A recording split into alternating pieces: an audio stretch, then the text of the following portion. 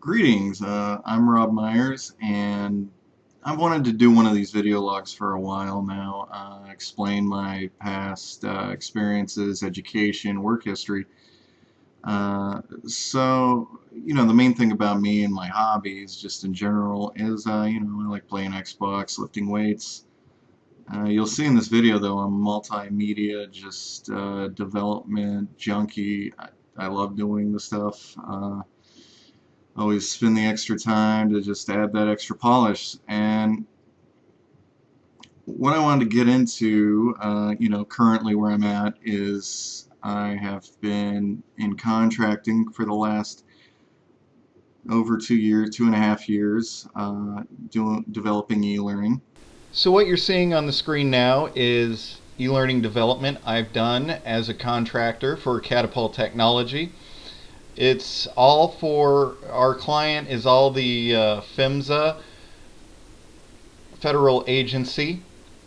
This is all me. All the graphics, the rollovers, those are done in Photoshop and then imported into Lectora. You've got the rollovers and everything you would want. That's an HTML file I coded and embedded into the SCORM package. Don't worry if you don't know what I'm talking about. That's okay. I just wanted to show I know my stuff. This is some interactions, rollovers, and what have you.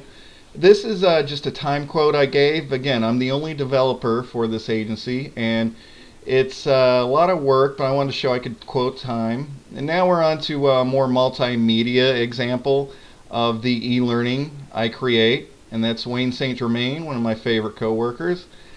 And that's an interaction. It won't continue unless the video finishes, which is cool. Alright, and this is just an example of what I can do with Adobe Premiere. It's really neat. Put that in the e-learning. That's important. The background's mine. And up next is what I did at Advanced Academics. I don't want to forget them as a contractor for GDH. And this is an example of their older web-based training, e-learning. It was made with a WYSIWYG, and it was made in the early 2000s. So it definitely was due for a refresh. So that's why they contracted me and several other people out. As you can see, going over here, this is titled my Section 508 W3C Valid Update. And it could be read by screen readers and everything else. And as you can see, it just looks a lot better. And on to how I became a team leader. It was really cool. I excelled at my contract, so they put me in charge of the trigonometry update, which is funny. As you can see, I use Yo and Hey Team. And what you're seeing now is the template I made for the entire trigonometry course refresh. I hand-coded it myself, and this was notes to the team of 4 I had under me on how to properly do it. I don't know if you can read the text, but it's some off-the-cuff notes showing on how to properly do this, and at the bottom there is how you turn that table into a valid 508, which is the federal law that all e-learning be able to be read by screen readers. And now what you're seeing is just simply the code. Again, I'm not expecting you to know what this stuff is. I just wanted to show I know my stuff, especially with HTML, which kind of leads me into the next thing that I'm currently doing. Also currently an adjunct at Oklahoma City Community College. I'm an instructor for web page design, which is on Monday nights. A few quick examples of what I've put together, my curriculum for the program at web design. This is their first web design test. They have to recreate this website. All about puppies there. It's very simple, but for new students it can be challenging. This is towards the end where they're learning how to stack 3 divs, and I just make a really basic one. Obviously it transforms into this a bit. These are divs with the outlines. This helps in development. This obviously wouldn't be there towards the end. It's also has the rollovers. This is about as far as we go, considering it's a 3-credit intro level course, but everybody does very well. this is a fun one. This is Listomania. It's kind of blank at the moment, but what I have them do is they use an unordered list, which is HTML code, to make a list of terms, and then the definitions over here, because it's actually it can be difficult to float items in web design. And here's the code. That's a whale looking a little weird here in Chrome, but that's just some coding fun. And they type the content here with the right HTML tags and create it. Finally, with this, this is a site I've made. This is the landing page for my students. It has links to very important sites like the World Wide Web Consortium and other web design tools. I got the syllabus, web design links, Hall of Fame. Very cool. On a side note, this is responsive web design. So when you resize it, it does this. And why that's a big deal, it's called iPhones and mobile. So it's nice to have all that in one. Getting a little sidetracked, but anyway, that's what I do for my web design class. And here's some more links I give them. And yes, that's a hamster. I like to keep the class fun. Obviously, there's enough mediocrity in the world. Things like this where it's mine. I like to have fun with it. So anyway. So the interesting thing about me is kind of my past here. I was born and for the first part of my life raised in Denver, Colorado. But my parents are divorced, so there was a lot of back and forth between Denver and Oklahoma. And finally, when I was a freshman in high school, my mother ended up here in the small town she's from in Oklahoma. And needless to say, I didn't fit in very good in the high school here. I had a lot of trouble with that. And what happened was I actually dropped out of high school and started going to night school, where I was first introduced to computer-based training, education.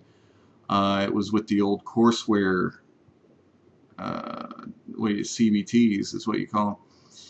And it was they were on CDs. It was definitely the beginning part of this industry, the educational. It was interesting to be a part of this industry at that early stage, especially the computer-based training industry, uh, because I did exceptionally well. I've always been very drawn to computers since the very beginning, since the AOL days. So I did very well with the program, and it really did help me out. Also, that same year, my sophomore year, I enrolled in the Mid-America Technology Center in Wayne Payne, and that's where I got into graphic design. It was a way I could express myself with art and computers, have outlets for obviously, some of the troubles I was having in my life at the time. And so I enjoyed my graphic design program immensely and the art form of it. And what happened was I moved back to Denver again with my father and enrolled in it for the community college in graphic design. Fortunately, I did drop out because I was so frustrated with math, and I wasn't used to the classroom setting as much as most entry-level college students. And so the years went on, and I got a few jobs here and there. I always wanted to go back to college the whole time, even though I was doing impressive work. It was just, the fear of math kept me from the institution, and it was also I'm one of the first in my family to receive a master's. There's only one, I only have one other cousin to do that. Education wasn't always the biggest thing in my family. It's about getting a job and working, and that's kind of what gave me the initiative to move to upstate New York, was my father wanted me to get a real job, and so I went up to his car lot, his used car lot, and started selling cars. Now, don't get me wrong, selling cars is something I wouldn't trade for because the absolute just drudgery of that compelled me to get back in college at 26 at the local community college. And, I spent endless hours and I had really good tutors in the TRIO program actually. And I got back in and excelled. So obviously I couldn't stop there. I had to go on to get and obtain my bachelor's. And I decided since I was in New York and I visited the Big Apple a few times, I would transfer down to a state university in New York college. The closest one to New York City was SUNY Purchase, and that is where I went on to obtain my bachelor's. Now, one of the problems, though, is it's the same sad story a lot of transfer students have from a community college to a four-year is they were really strict about accepting my multimedia credits and transferring that into their new media program. So that's how I have a bachelor's in liberal studies with a focus in art. But that's, most people look at the label, but they don't understand. I still received a quality education there. I really enjoyed it. A couple other examples of excellent classes I received there is cyber law and global media local cultures. I don't have fancy graphics, but it gave me general knowledge that's really indispensable in my career now. Anyway, what happened was I did graduate with a very high GPA and had a decent portfolio, but we were still, I mean, I think officially the recession was over, but the economy was still pretty bad in 2010 when I obtained that bachelor's. And I was going around applying to jobs in the New York area, upstate and lower state in the New York City area, and just really struggling to find anything. Most people I graduated with were in the same boat. It wasn't, just the liberal studies major here. Everybody was having a problem. So I ended up back in Oklahoma because mom had a place to stay and the economy was doing good, which it still is here. And I started my job as a contractor for advanced academics downtown. So I guess we'll just say the rest is history. That's kind of what leads me to this point. I'm honestly not sure once I finish this master's program, what company or government agency I'll work for, or even what state, what country.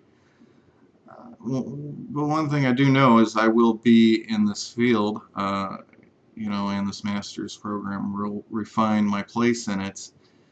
I will be developing e-learning or whatever form it takes for the rest of my career.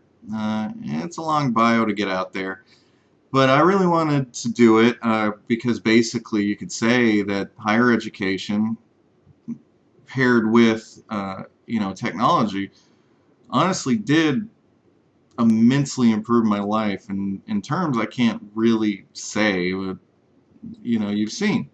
So that's all I got. But thanks for watching, and I'll talk if you want. Email me, and I'll talk to you later.